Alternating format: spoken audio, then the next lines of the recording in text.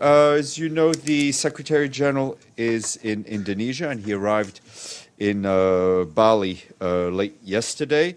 Tomorrow morning, he's scheduled to meet with the President of Indonesia, Joko Widodo, and then later on, he will take part in the leaders' gathering of the Association of Southeast Asian Nations, otherwise known as ASEAN, and we'll have his remarks to that meeting available for you once he's delivered them. And as we've been telling you on Thursday, Thursday he will visit Palu Island, which was struck by an earthquake and a tsunami almost 2 weeks ago. And in a statement that we're issuing on World Day Against Death Penalty, the Secretary General said he was deeply disturbed let's start again. In a statement issued on the World Day Against the Death Penalty, the Secretary General said he was deeply disturbed that this year the number of juvenile offenders who have been executed after being sentenced to death in violation of relevant treaties. Hundreds of others have also been executed without being able to receive legal assistance during criminal proceedings, which might have spared them from the death penalty due to being poor or women or from a minority group. He added that in some countries, people are sentenced to death in secret trials without due process, increasing the potential for error or abuse, and as is sometimes later demonstrated. The Secretary General commends the efforts of the great majority of member states to end the practice of the death penalty, and he calls on those remaining to join that majority and put an end to the death penalty now. And in a report issued today by the UN Office for Disaster Risk Reduction, it says that with global economic losses due to climate-related disasters have risen dramatically over the last 20 years. In the period from 1998 to 2017, disasters related to climate led to $2.9 trillion in economic losses, of which climate-related disasters accounted for $2.2 trillion. That's 77% of the total.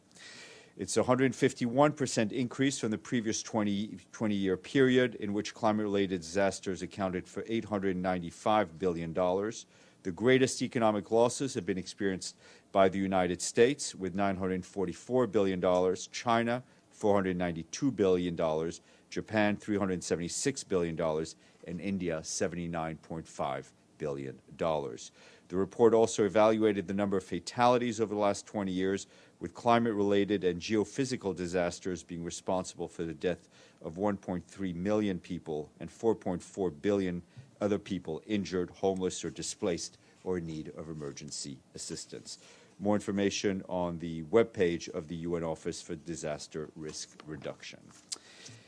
And this morning, the Secretary General's Special Representative for Colombia, Jean Arnaud, briefed the Security Council on the Secretary General's report on the UN verification mission to the country. He noted that since the report was issued, the key mechanisms provided for the implementation of the peace agreement have resumed their work for the first time since the start of the new government.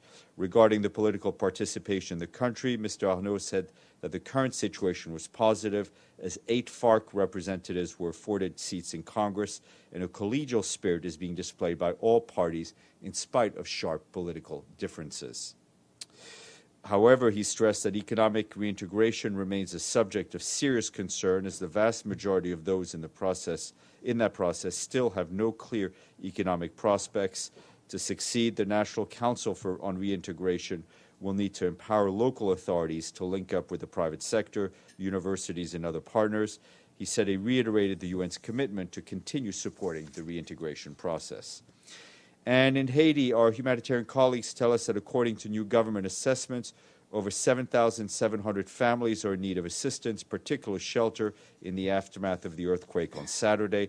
Following a meeting between the Prime Minister, the humanitarian coordinator, and the humanitarian country team, the UN has authorized to travel to affected areas in support of Haiti's Civil Protection Committee as required, and UN staff are now in the impacted areas working alongside government counterparts.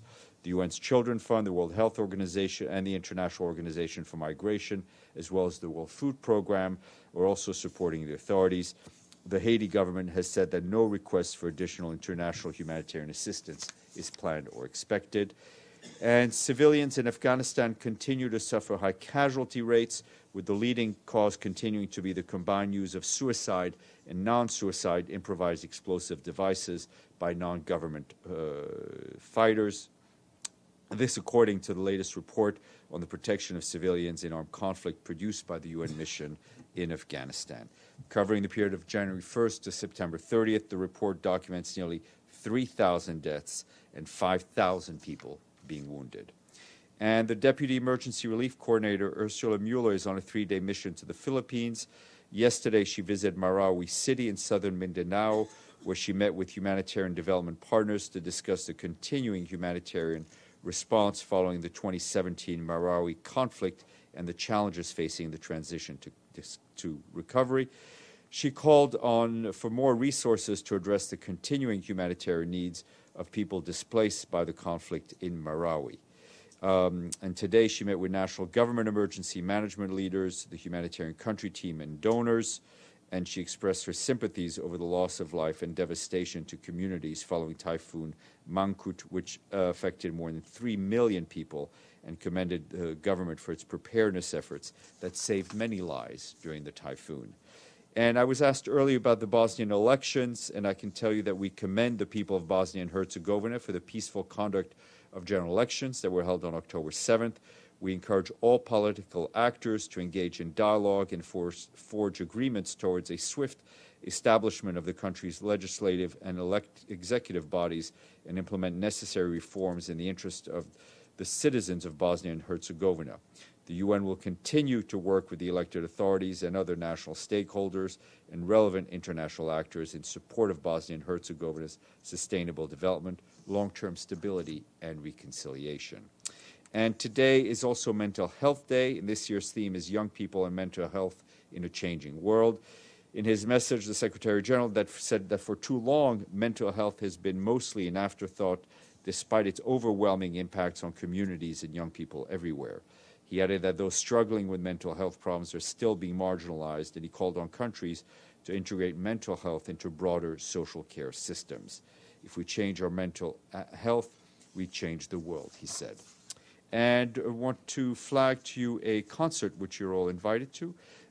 Next Monday on the 15th of October at 7:30 p.m. in Carnegie Hall. You can hear a benefit concert with the UN Chamber Music Society of the United Nations Staff Recreation Council on the occasion of UN International Day of Rural Women. The concert is presented by Village Health Works and will feature UN staff members as performers. And I assume you all know how to get to Carnegie Hall.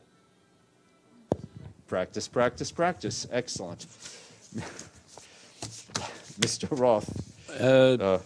Yes, on a serious note, has the Secretary General spoken directly with Saudi Arabia regarding the disappearance of Jamal Khashoggi? I understand the Monday statement said the Secretary General has often raised this issue about disappearing journalists or violence against journalists. Has he spoken directly with them?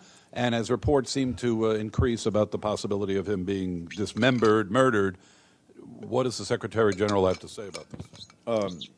I'm not aware of any direct contacts between the Secretary General and any Saudi officials. As you know, Secretary General was traveling most of the day yesterday, and he just arrived in Indonesia.